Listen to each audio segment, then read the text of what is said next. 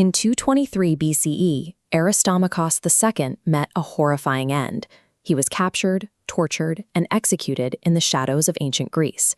The order for his death came from the leaders of the Achaean League, a pioneering democratic republic, acting in concert with their royal Macedonian allies.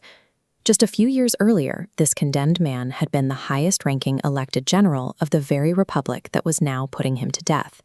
His execution marked the fatal collision between fragile democratic ideals and the ruthless, pragmatic demands of geopolitical survival.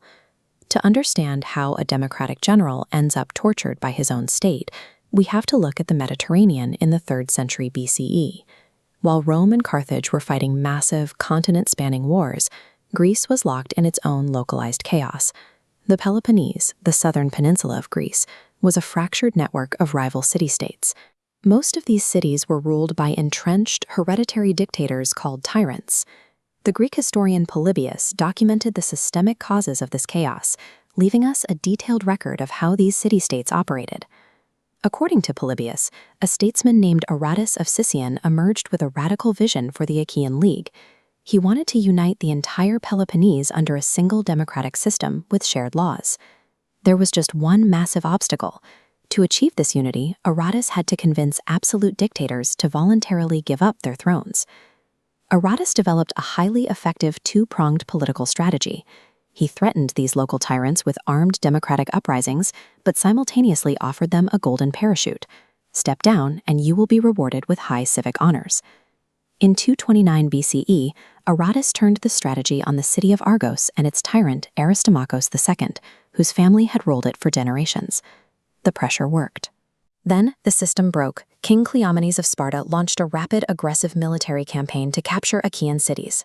Cleomenes was a brilliant tactician. His centralized command easily outmaneuvered the decentralized structure of the League's citizen military. Watching his life's work crumble, Aratus panicked. He made a highly controversial, secret decision to seek outside military intervention. He brokered a deal with Macedonia. In exchange for their armies, the League would hand over strategic bases like the massive fortress of Acrocorinthus to the exact royal powers they were founded to oppose. Aristomachos watched the League abandon its founding principles and cede ground to Sparta. He ran the numbers and calculated a defection. In a devastating betrayal, Aristomachos switched sides and handed the entire city of Argos over to King Cleomenes. The ideological purity of the League collapsed under the pressure of war.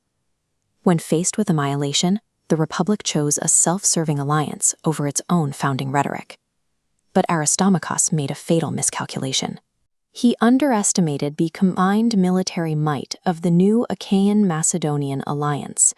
The overwhelming Macedonian army launched a brutal counteroffensive, crashing into the Spartan lines and completely breaking their momentum. The allied democratic and royal forces marched on Argos and quickly recaptured the city. Aristomachos was taken prisoner, leaving him entirely at the mercy of the men he had just betrayed.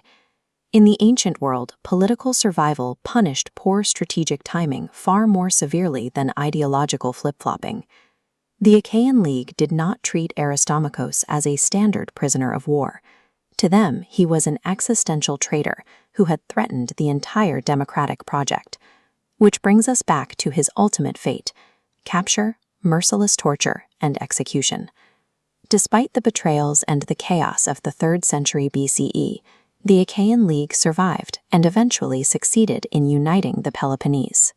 To dismantle the tyrants, the League ended up hiring them, and to stop Sparta, they invited the Macedonian kings back into the heart of Greece. The Republic survived, but only by embracing the exact compromises it was built to resist.